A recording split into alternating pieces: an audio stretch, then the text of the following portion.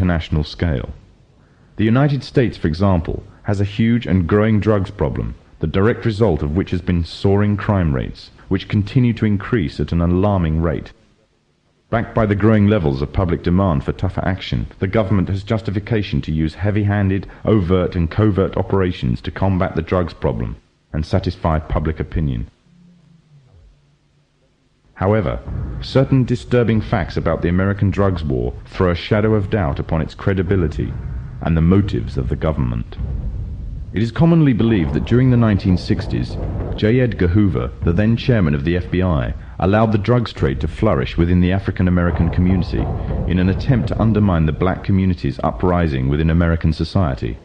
During the 1980s, with the threat of communism taking over Central America, money was urgently required to finance the rebellion movement against communism, and to raise this, the CIA allowed drugs to be traded into America.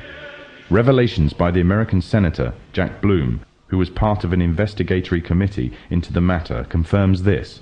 The pathetic justification given by the FBI for using drugs to subdue the African American community in the 1960s was that the black uprising was in actual fact a communist attempt to undermine America's involvement in Vietnam. During the Contra Wars in the 1980s, the scapegoats used to justify the flow of drugs into America were once again the communists. However, today the threat of communism no longer exists, yet the drugs trade is still flourishing in America, and the trade in international drugs trafficking is soaring, raising the question as to why. In the course of the Contra War, the United States, as a matter of policy, abandoned drug law enforcement, looked the other way at the kinds of conditions we were creating that enhanced the ability of traffickers to move dope into the United States, and in effect allowed a drug trade to flourish, all to support the Contra movement and to support the war. Historically, the Freemasons have used or created problems within society to turn and manipulate events in accordance with their agenda. The rising drugs problem in America gives the authorities of all the justification needed to use stronger, heavy-handed tactics on an even wider scale. Already major transatlantic operations, as well as American and Latin American operations, have been undertaken to combat the drugs epidemic. It will not be long before there is significant backing for a strong global offensive. Distortion of the facts and usage of manufactured and biased statistics are the tools of the Freemasonic governments of today, as well as creating a public need for greater national and global security. Rising rates of crime, drug abuse, and the increasing threat of terrorism act to serve the purpose of promoting greater control of the masses. Control of the masses means the complete control of every aspect of human life. Your life. Shocking acts of terrorism, soaring crime rates, and increasing incidences of violence are propounded by film, media, and government reports alike, create strong public sympathy and support for harsh tactics and surveillance techniques, until individuals are monitored to a level more befitting a totalitarian state.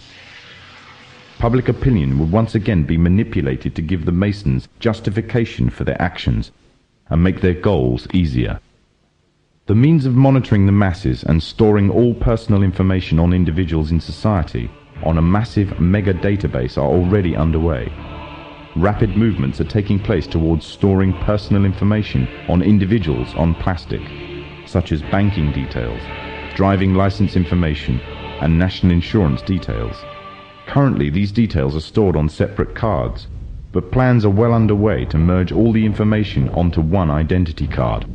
The consequence would be complete monitoring of all purchases and transactions and personal details of an individual at the touch of a button.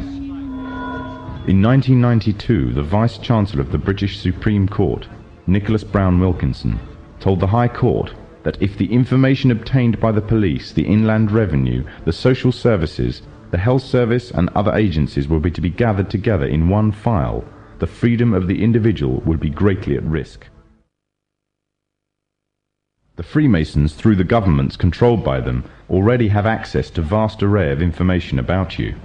They can already find out who you talk to on the phone, where you work, where you shop, what you eat, what you wear, how much you are worth, what you earn, and the list goes on and on. One identity card would allow even closer monitoring and enable a complete psychological profile to be compiled on every individual in society.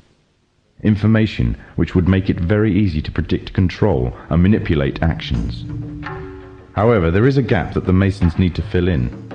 By using hard currency, an individual can evade detection and vital information is lost since hard currency transactions are untraceable. As a result, moves are being made to replace hard currency with a system that relies totally on electronic funds transfer. In other words, a system that relies totally on cards. Trails in Swindon have heralded the first signs of a move towards the introduction of smart cards and electronic money on a national scale in the UK.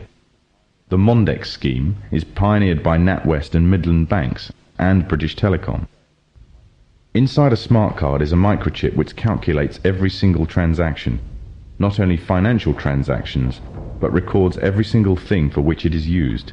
It can serve as a credit card, a building society passbook, library card, travel card, phone card, and quite possibly an identity card. Although an identity card would reveal much detail, it would not be able to locate any one person precisely at any given instant time. This would require some sort of tracking device that could be put on and detected wherever that person may be on the globe. The tracking device would be an all-purpose microchipped identification device, or an electronic implant placed under the skin. These implants could then send off a signal which could then be picked up by satellite in low Earth orbit, locating and identifying the subject. Although this may sound like the works of fiction, it is, however, already well on its way to becoming reality. There are already approximately 48 global positioning satellites in orbit that are in use by the United States and her allies. These satellites can act upon incoming signals and pass down accurate information to the source of the signal about its location. At present, the source of the signals are devices that are attached to tanks, battleships, aircraft, or handheld instruments for accurate navigation purposes.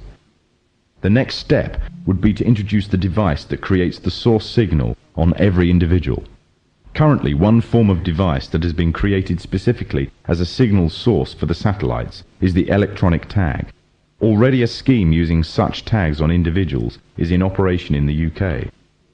The justification used is that it is necessary to curb the growth in the population of the already overflowing prisons. The tag fits securely around the offender's wrists and can be monitored to see if the offenders are violating curfew regulations.